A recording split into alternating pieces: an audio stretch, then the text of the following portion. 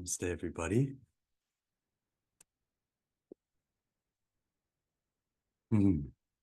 So, mentorship training.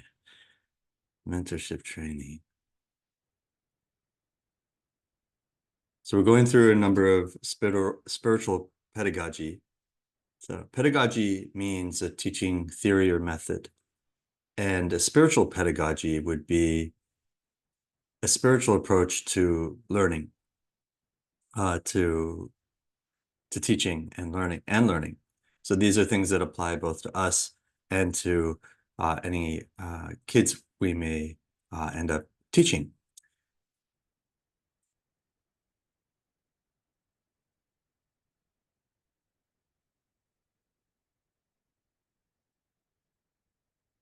How are you guys doing? You want to unmute? Doing well. Nice. Hey, Robert. Nice to see you. Thanks for being here. I love that you guys were here every day this week, by the way. It really means a lot. Thank you for doing that, all three of you. It's wonderful. Yeah, I'm also doing amazing and got this book, Education and the Significance of Life by Krishnamurti. I love it. Wonderful. Have you started reading yet? Yeah, today I'm starting, just got the book. It should be very empowering for you. I find the book very empowering. You know, the truth empowers us. And when somebody speaks the truth, we're like, wait, that's actually what the truth is here. It's very empowering because, you know, all of us went through school and we live in a society that is corrupt in the ways that he will outline in that book. So it's very empowering to know the truth, and then you should contemplate it. Don't just read it once, you know, really make sure that you embody that truth. So when the untruths come at you, you're able to maintain truth and purity within yourself. But it'll be very powerful working with students and also teaching parents who are not necessarily consciously being not optimal with their kids, right? They obviously want to do their best in most cases.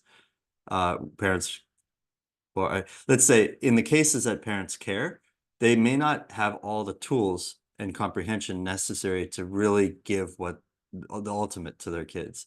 And I think a book like that makes a big difference. And I always often suggest that parents read that book, kids that I've worked with. I haven't worked with as many spiritual families as I would have liked. So in the future, finding some more aligned students, I think they'll be more receptive to reading a book like that and open-minded and ready to actually give it a try. So great book. Yeah. So one of the pedagogies is insight from silence. So this is what I wanted to cover today. It's actually, I mean, it's so important. So what do I mean by this?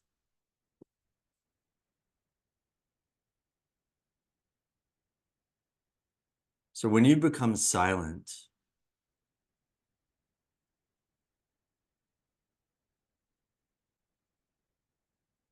the universe speaks to you. There's an intuitive knowledge that arises out of silence. But when you're full of information, it's obscuring this knowledge.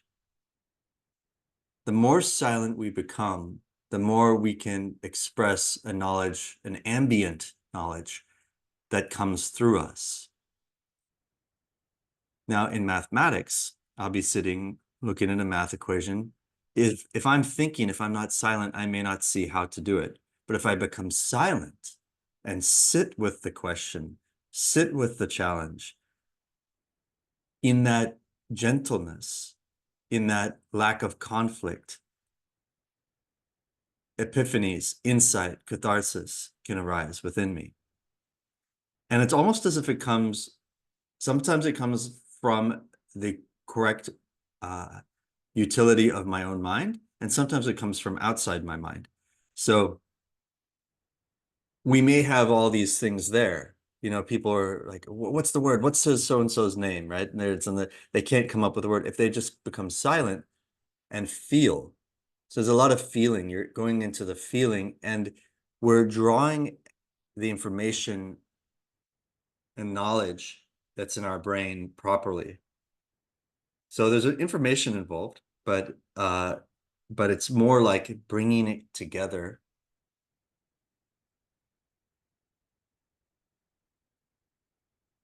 in a way that makes sense. Who does that, right? You know, who is the thinker, right? If your thinking is the thinker, there's this challenge because the thinking can go into a groove that's not correct. But if you can open yourself up and allow the thinker to be beyond thinking, then there's this automatic expression of knowledge. Things happen on their own. So, like, I'll have a student and they'll say, you know, as soon as you ask them a question, they're quickly answering. I think it's better to be silent with it, be with the question, and then describe it from a greater level of emptiness.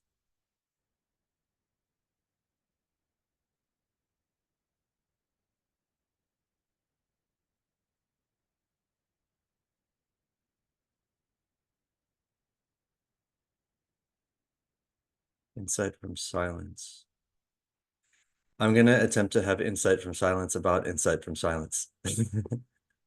So let me just feel into it.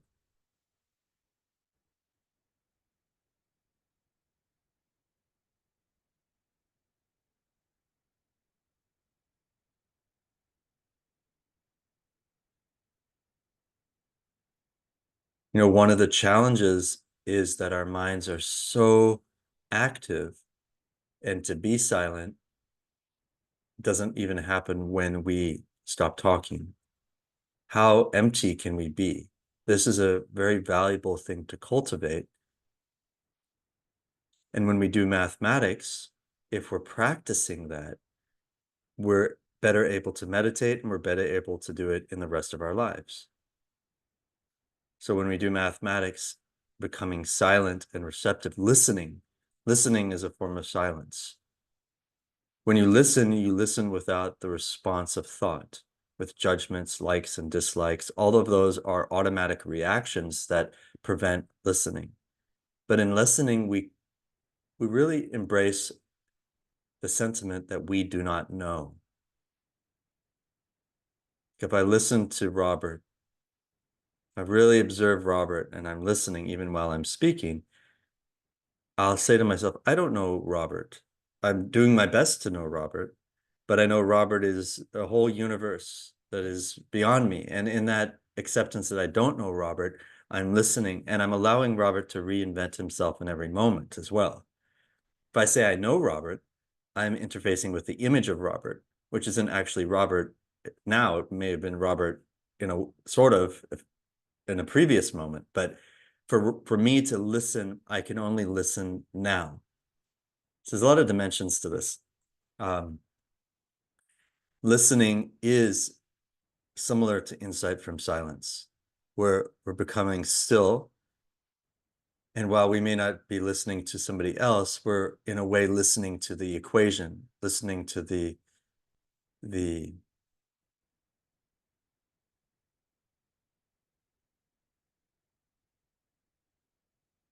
being with the mathematical structure. So could we be like, if we were to pick a mathematical structure, let's try it. Pick a mathematical structure that perhaps you kind of get, kind of don't get, maybe not something you get too much, something you get enough that you can access it. And what would it mean to be with it, but not go anywhere? You're like, okay, Pythagorean theorem. Okay, the Pythagorean theorem. You know, see, actually, I do this very automatically now. So it's a good exercise for me to, also, I don't do it as much as I used to do it. So it's a good exercise for me to talk about it. So the first thing I did is I go, which when I do that, I'm actually feeling my heart. So I feel my heart. And I'm with the Pythagorean theorem.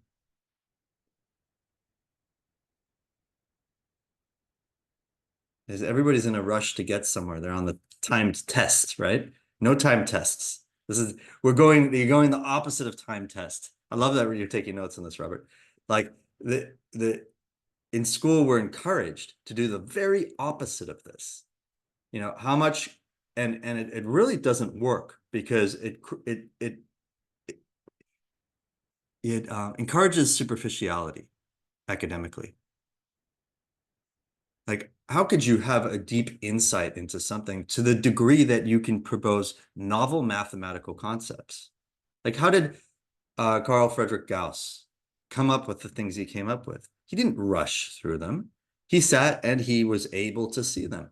I wonder if he saw them before he even wrote the equations down, and maybe tried to prove them after the fact, right? So if we were to sit with Pythagorean theorem and just be with it, and there's a sort of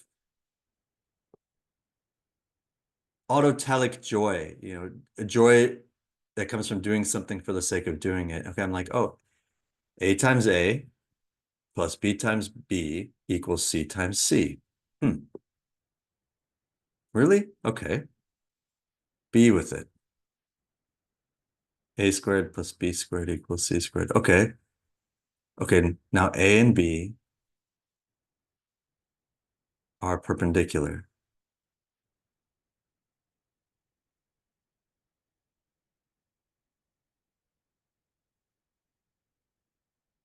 It's like thinking softly. You know, instead of thinking hard, think soft.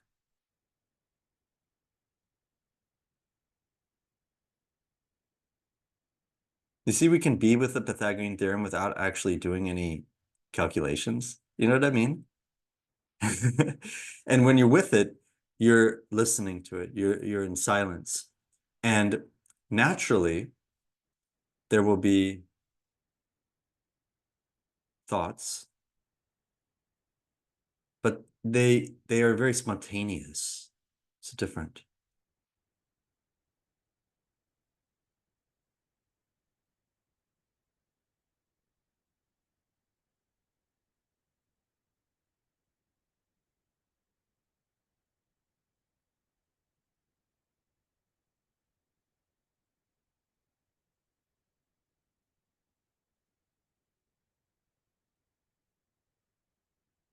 So when I do it, it's almost as if I'm doing the mathematics ever so gently, almost like I'm letting the mathematics do me.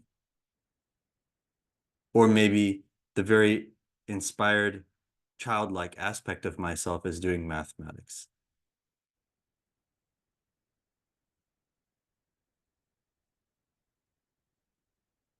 Perhaps this is not, you know, I'm trying to decide if this is a separate subject, but when you have insight from silence, we just hold space and are with the moment. Everybody wants to fill the moment with ideas and going quick. It's hard for people to be still. But if we're just with the moment,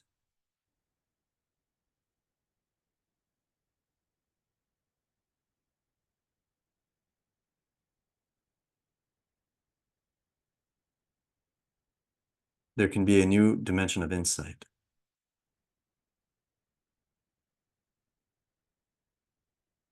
So when we're doing mathematics, a lot of times people don't embrace silence. They're rushing to get through certain things. But if you're proposed with a mathematical question, you can be with it in silence. It means that the mind is not actively perpetuating itself. There'll be insights. You're like, oh, wait. And you can very gently follow along these insights, listen to them. But there's a sense that there's unlimited time. So the silence is unraveling, unfolding before you. And there'll come a point where you're like, oh my gosh, I just saw the whole thing. And then you stop being silent at that point and you can go and do something with it. And this happens to me a lot. Um,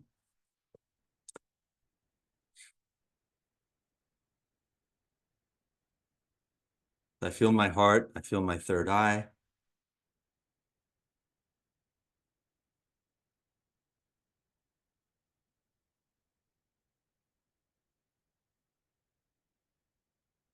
And if I think about something,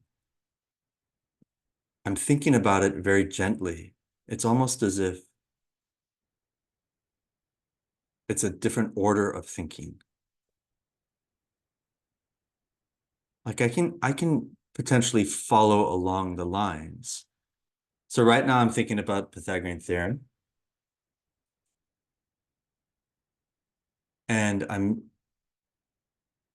feeling into A times A is really a transformation of A and then a transformation of A on that. So if we stretched it by 2 and stretched it by 2 again, it becomes 4.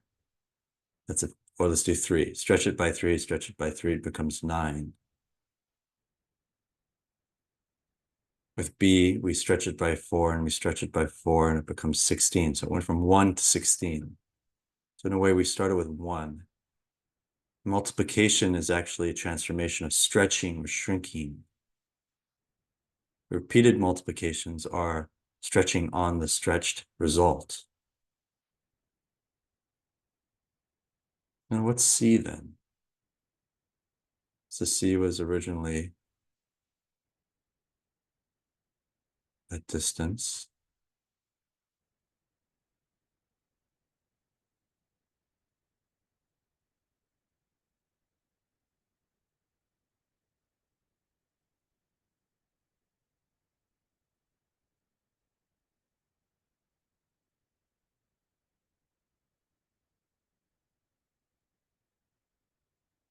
Yeah, I just saw a completely new animation I could do.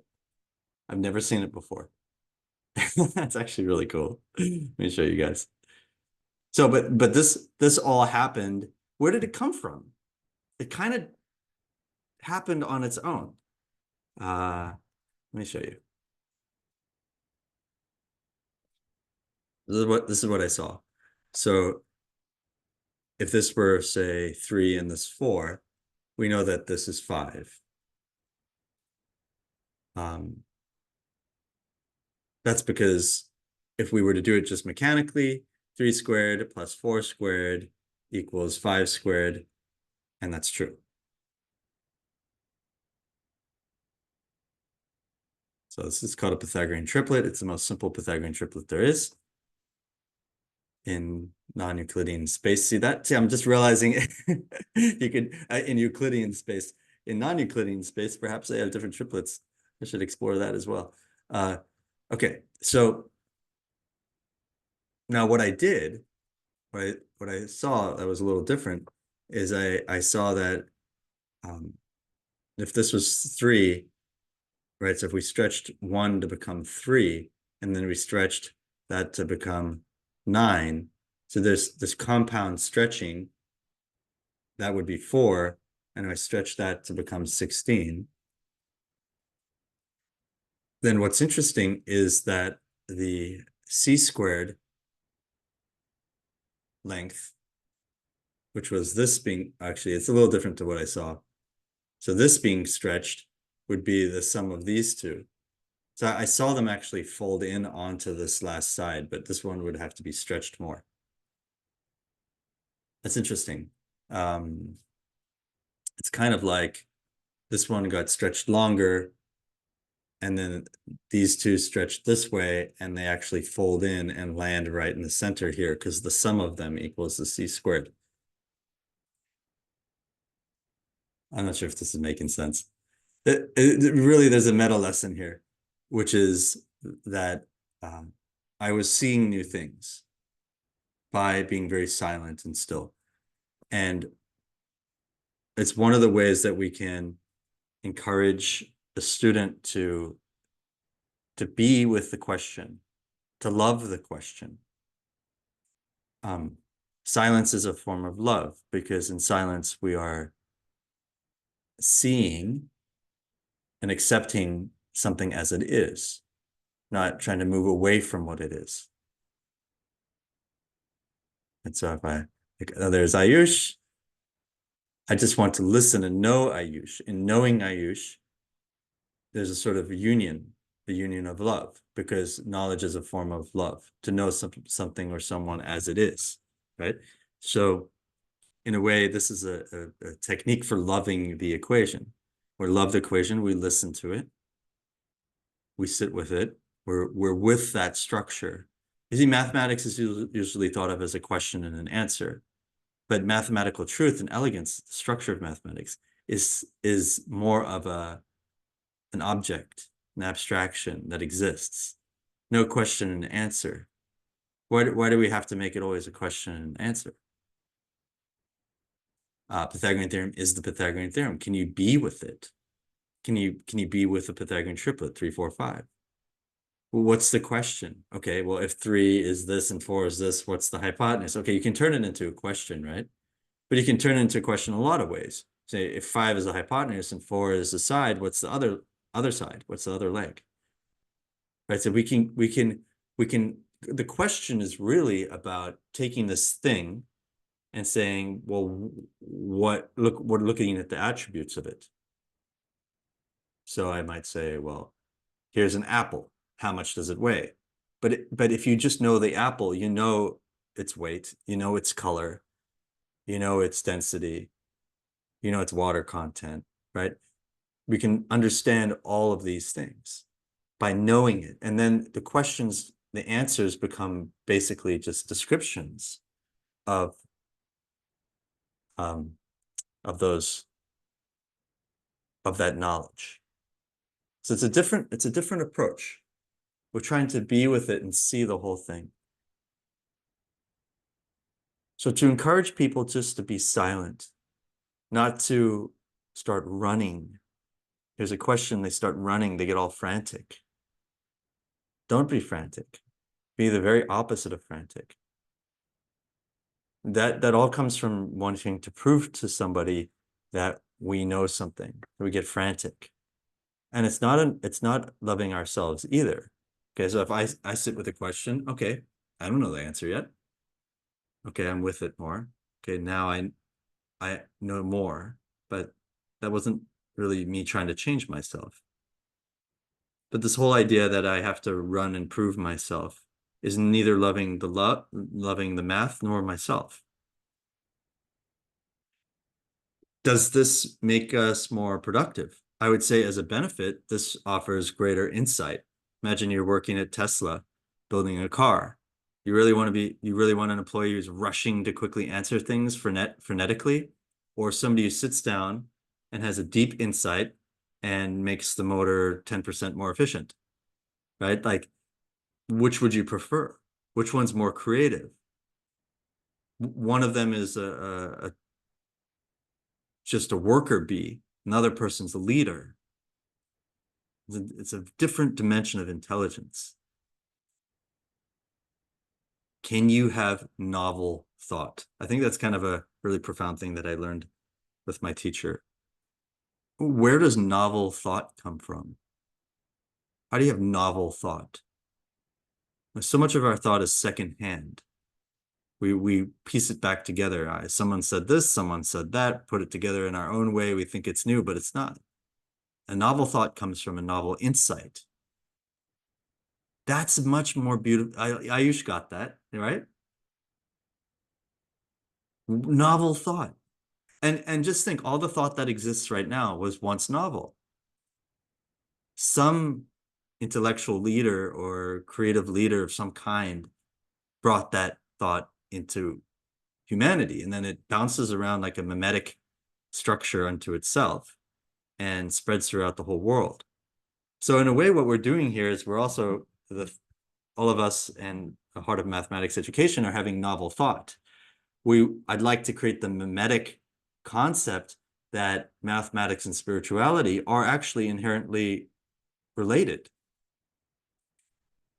So in terms of what does this do for us spiritually, for somebody who wants to get on the path to enlightenment, progress along the path to enlightenment, you're practicing listening. You're practicing being silent. In the most deepest states of meditation, you are completely silent. You're so silent, you don't even know that you exist because that's a thought. There's no thought that I exist even. No self-reflection, nothing, just being, the unassailable, immutable existence. Immutable cannot be muted, right? The immutable existence of what you actually are. Everything else comes and goes. It's not what you are. So we're practicing that. We're doing math, and yet we're practicing that. And just, it's amazing when you meet people who are very silent. They're different. They have insights that are so different. I mean, I've practiced it, and I've been around people who do that. A couple, or I study them. Krishnamurti, I would say, is one of them. How did he write that book? Where did he come up with that? He says he just reads himself. He says, I don't need books. You can read his book. He says, I don't read books. He says, all I need to do is look at myself. And he looks at himself as he is. So when we go into silence, there's, when we talk about chakras and things, it's definitely good to feel your third eye and your heart chakra. And you can use your navel center chakra too. If you use all three of those together, that's a very powerful balance. And you can hold silent. Your navel center provides the power. Your third eye provides the steadiness. And the heart provides the knowledge of feeling. So can you imagine a kid who's learning to do math this way? And it may seem slower, but in the long run, it's faster. They may not know all the obscure details, right? Maybe they forgot how to factor some trinomial. Oh, who cares? They'll when it comes to doing it, they'll do it. Like, oh, okay, that's easy for me. I can factor that. I understand it. Versus somebody who's superficial, super superficial, and they forgot it. They don't retain it because it was a very superficial mechanical thing. It was just arithmetic. Multiply this, do that, factor that term, and they don't really have any richness in the concept. They may not even know much about the concept at all. What's a zero of a polynomial? They might not really even understand what that is at all, but they'll be able to come up with a number. And then they get an A. And that's not right. That's corruption. It's corruption. Truth burns out corruption. There's a lot of corruption in schools and education and with parents and students. So much corruption. Doing mathematics sincerely from the heart and genuinely trying to comprehend it for the sake of itself, to become more conscious, to know mathematics, that's not corruption. Doing it and pretending to be good at it, pretending to teach it, not being really concerned whether your students comprehend it or not, just knowing that you got them to pass the things that they had to do, would put a check mark. Now, I'm not judging teachers because teachers may have wanted to do this, right? So somebody has to do it first. This is not really encouraged in school. So we want to open that possibility up for teachers who are resonant with this, who can become mentors, or even it'd be great if some of the teachers, sometimes people say they're math teachers and they show my stuff in their classes. And I love that because it means that there's a teacher out there in New York or somewhere who's saying, hey, kids, you can experience mathematics, and they want that. And I think the world wants this. They want it. The problem is the reward system is not aligned with it. So it makes it hard for people to commit to it. Because if some kid says, okay, I'm going to comprehend mathematics, and they get Fs, parents are not going to be happy. That's why homeschooling is easier. They may get Fs, but comprehend it better than the kid who got As, who just mechanically went through it, right? Maybe they go into a state of enlightened consciousness momentarily, completely silent. Did they get credit for that? No. Nobody gave them credit for that. It wasn't on the rubric. Right? So the problem is the reward system, the grading system, the way it's structured is not genuine academically. It's not as genuine as Plato and Aristotle and Newton, Einstein, and all these people that were very genuine intellectuals. So being able to just be still.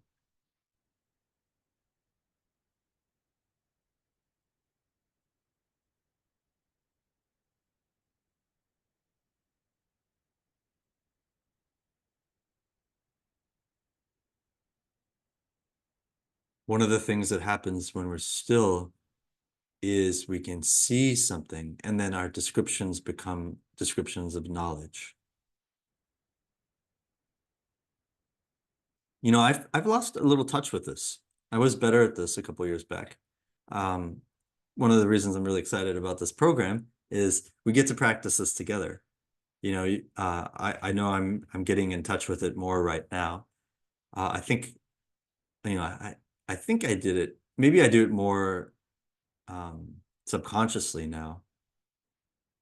So maybe I'm judging myself incorrectly, but I seem to be, I definitely talked about it more a few years back, and I would explicitly teach it. So like I would have a student, I ask him a question, I could see his brain never stopped. Just think about this. I ask him a question and his brain never stopped. And I can feel like, well, you never sunk into knowledge. He just went right, it's like treading on the surface of an ocean. You never dove into the ocean at all. It just skipped, rock skipping on the surface. How can you be with it? Okay, what is it? It's like, be with it. Hold the knowledge in yourself and describe that.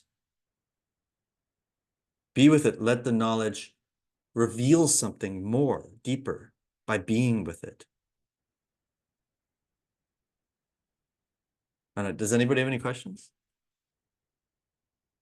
Comments? I feel like you're really, really contemplating these things. Also, this is a long-term practice. You know, you might say, oh, should I get, you know, this vegetable or this vegetable for dinner? Stop. Be with the vegetables. That vegetable is the right one. Like really, you're really, there's like a moment to just be and feel. Knowledge is, you know, it's interesting. Didn't I said this, the third eye holds, keeps you steady, but I said the knowledge is in the heart, right? The third eye is like, it should be steady and it describes, but knowledge is in the heart. Information's in the mind, but the knowledge,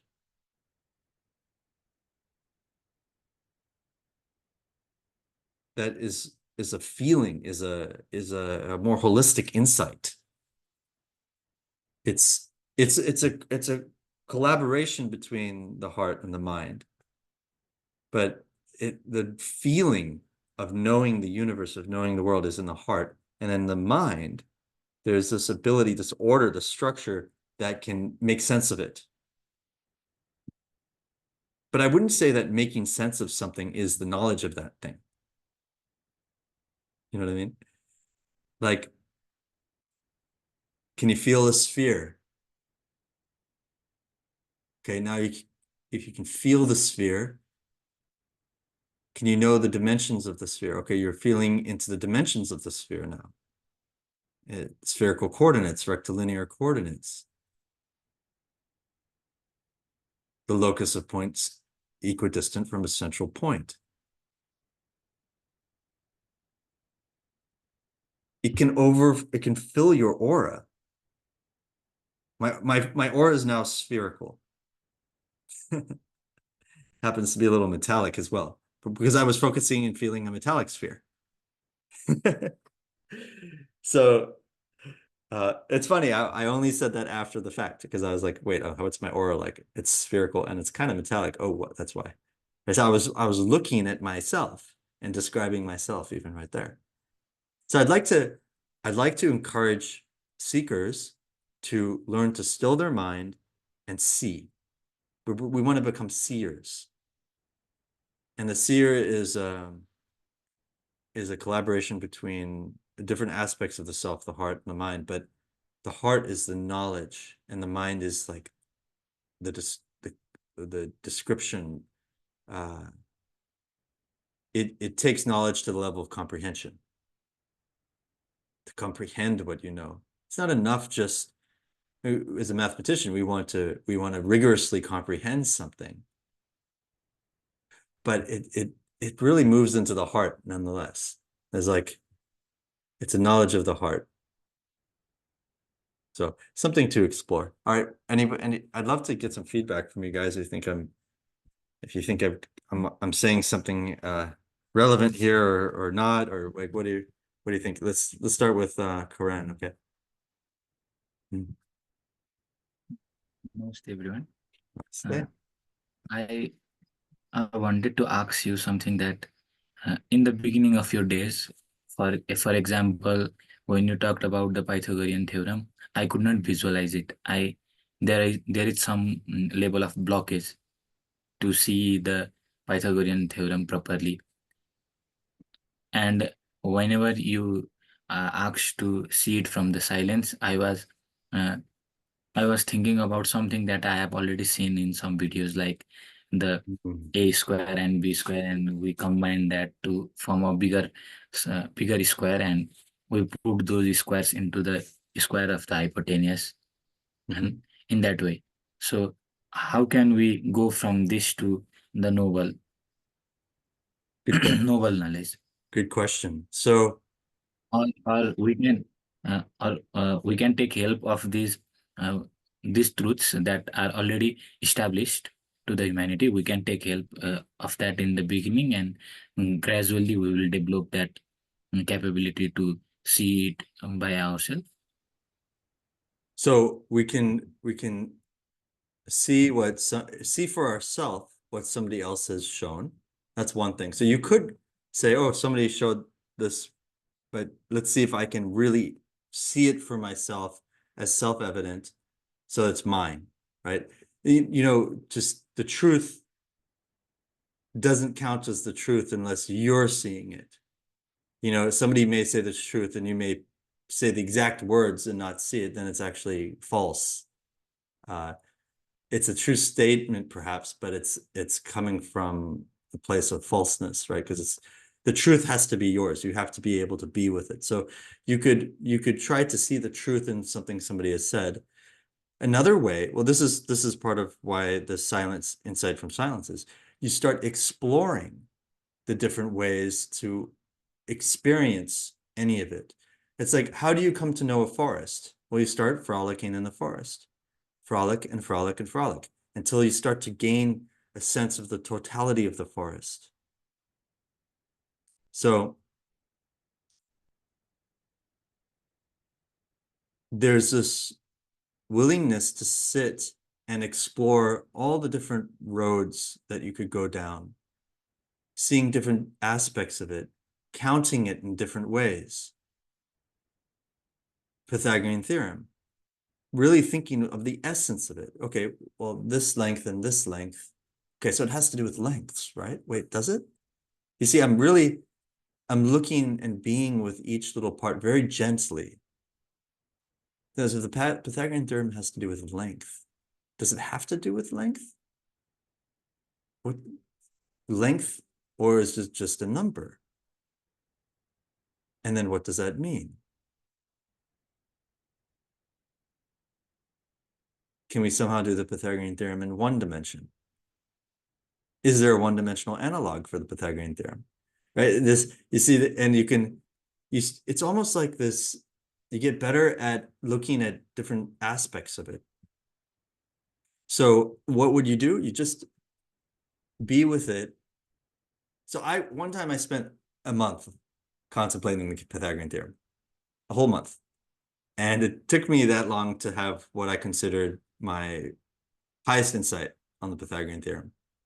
And I would there was times where I sat for 2 hours meditating and I on the Pythagorean theorem. What I did is I would be completely silent. And I don't know, maybe 30 minutes went by, I didn't actually do anything. But then the Pythagorean theorem was sitting next to me. So as soon as I kind of came up out of that silence, I saw it more wholly, more completely. I saw it more wholly, the holy Pythagorean theorem. Yeah.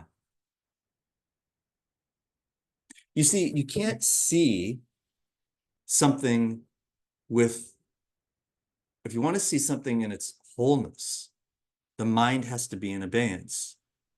Otherwise, the mind is inherently fragmented. So the stiller you become, the more you can see the totality.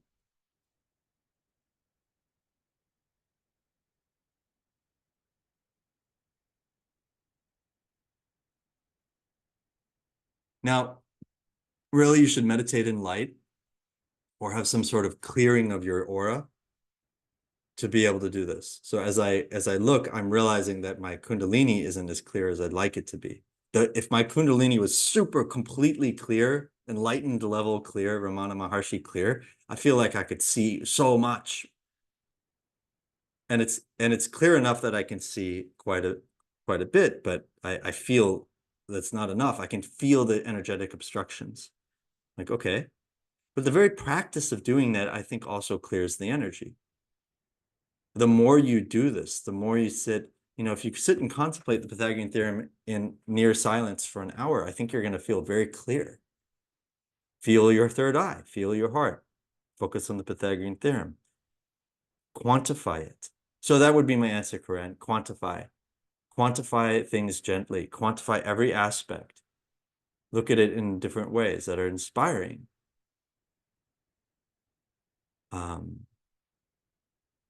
You can think of it as lengths or areas because it's squared, right? So you want to kind of make a square out of it. But perhaps the way I went on the whiteboard that I just did, I was attempting not to make a square out of it, right? That's why I was looking at multiplication not as an orthogonal process of length times length, making length squared, right? Which would be an orthogonal process versus a stretch times a stretch keeps it length still, right? So I was looking at it a different way. That is potentially another way to see that. So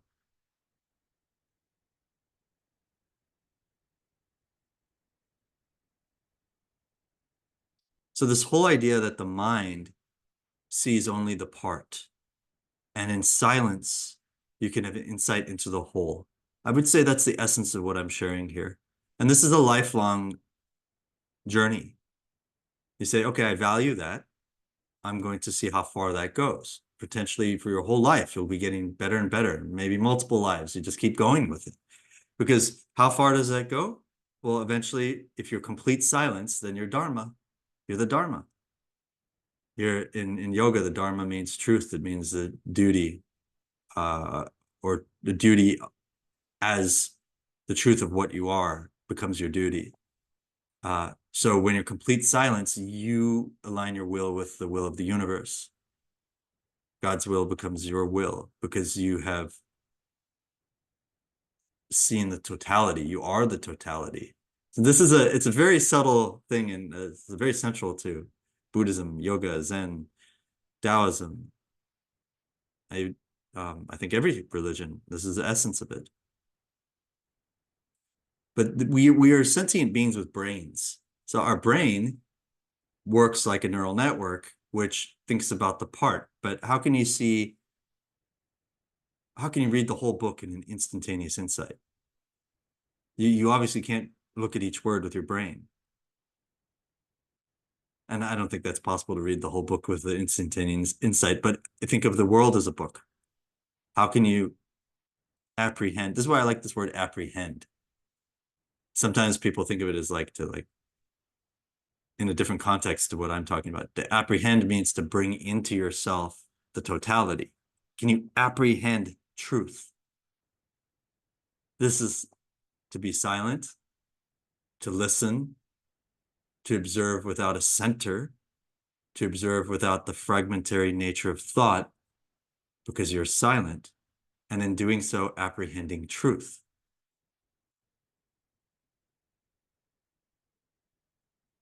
And then the brain cells can become more well-structured because they're structured based on a reflection of truth. You're seeing something, and then you can bring that linear. We have a linear existence and a timeless existence. right? In the linear existence, we do kind of one thing at a time. We go from here to here to here to here causally. There's a causal link chain that occurs. But there's the Gestalt insight, the instantaneous apprehension of everything at once. You blink it. Blink, you see the whole thing. How can you do that? This is what I'm encouraging. There's a book by a guy named Malcolm Gladwell called Blink. He actually talked about how masters of certain things would look and they'd say, that's a fake statue. It's a counterfeit. And you could go and take a bunch of scientific instruments and spend a month trying to prove that you couldn't even do it. But the master could see, they could feel the whole of it. Something's not right. How do you apprehend and bring into yourself everything? Think of it mathematically. It's like, how can your knowledge be a function, F, of not just X, Y, Z, but everything? How can the argument be everything? I like how she likes that. F of everything, right? A function of everything equals knowledge. There you go. I like that. That's fun. Knowledge equals F of everything.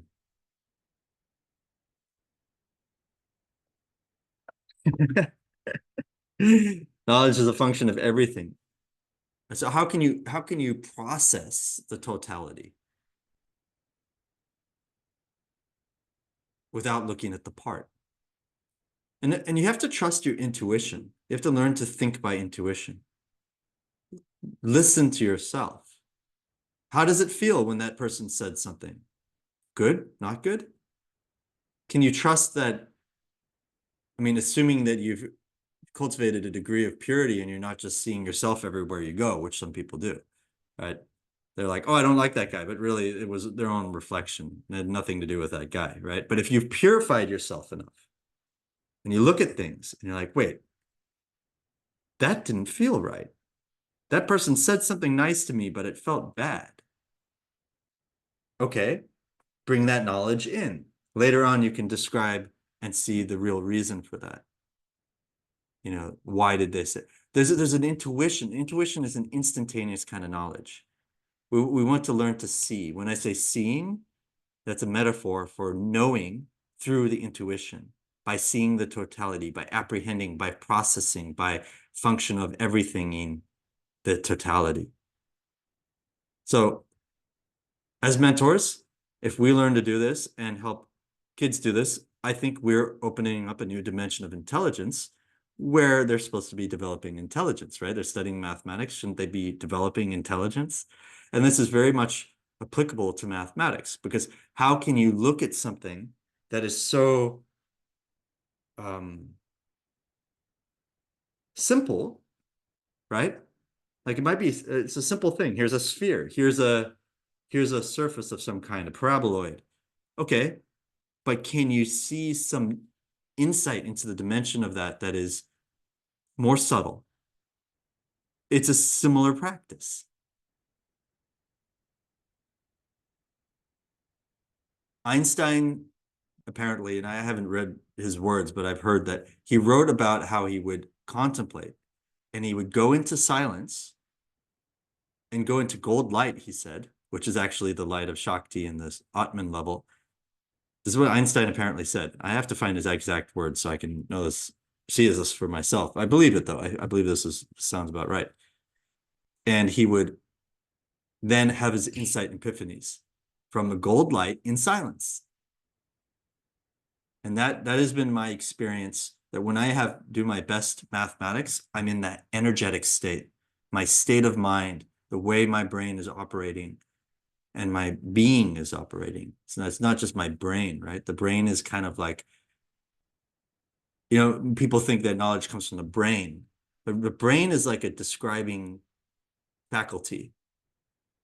It has a function in the whole thing to describe images, logic, right? But it plays a role in describing something that is bigger.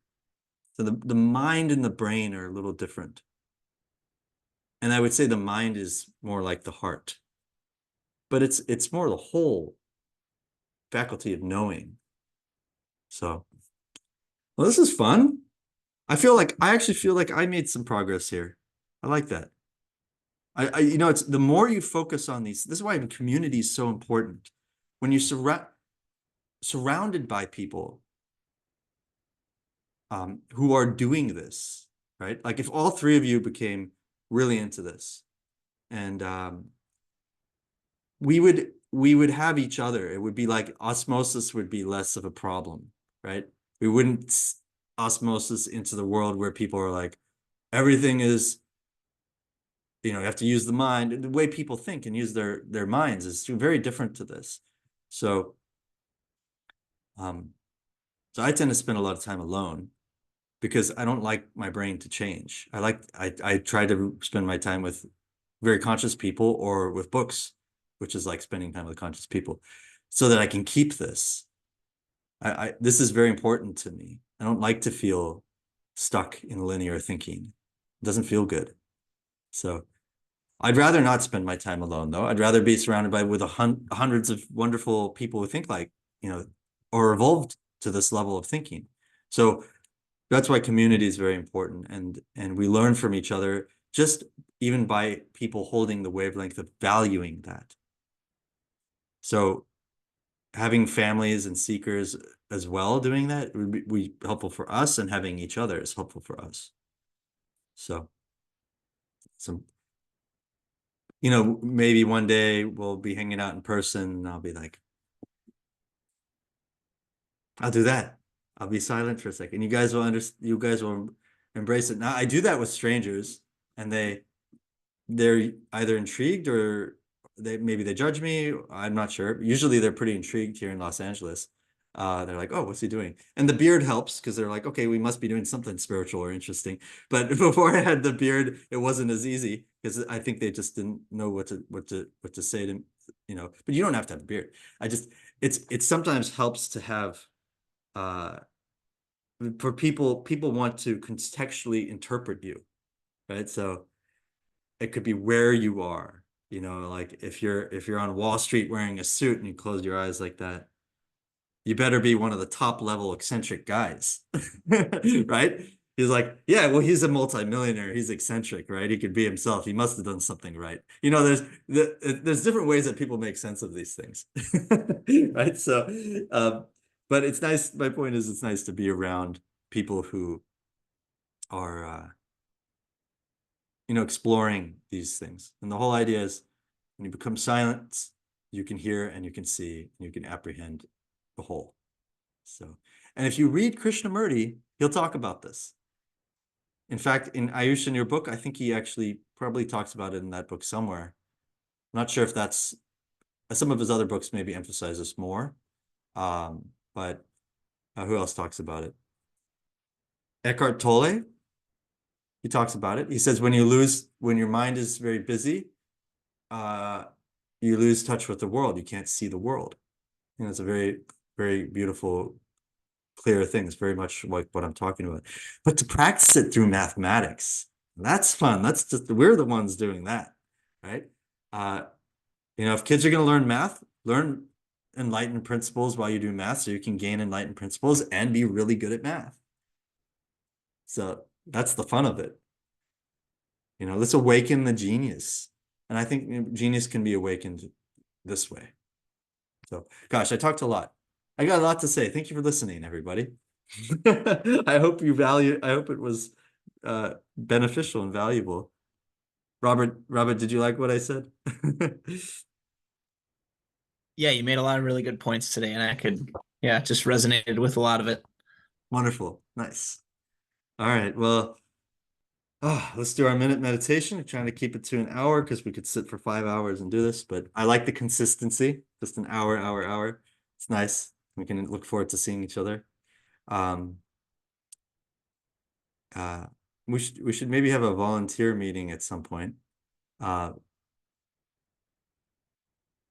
Let's do that another time. Okay, so let's do our meditation.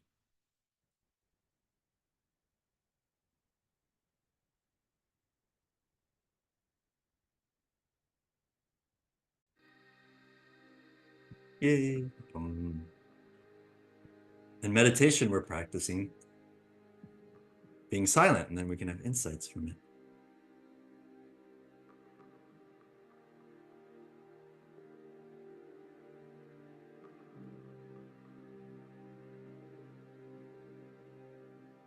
There's a power that comes from silence. The power of righteousness and truth comes through you because it's not about you. Silence means there's no center of self.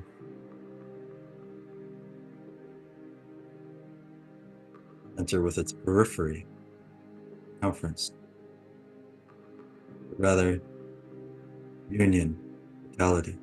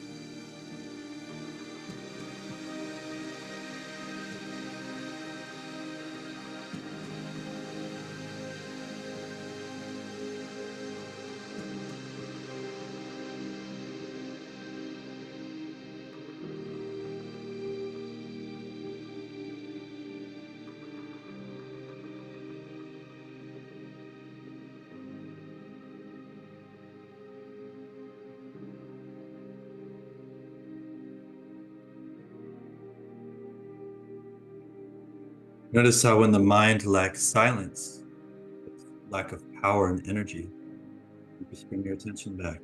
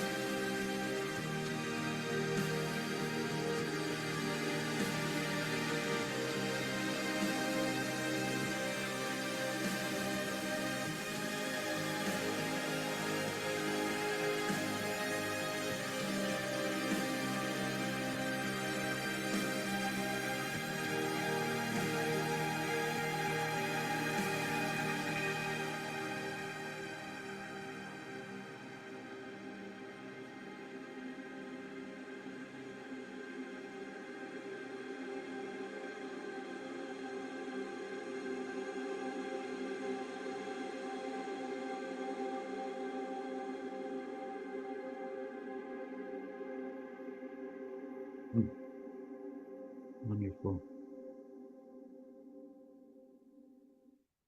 Love that song.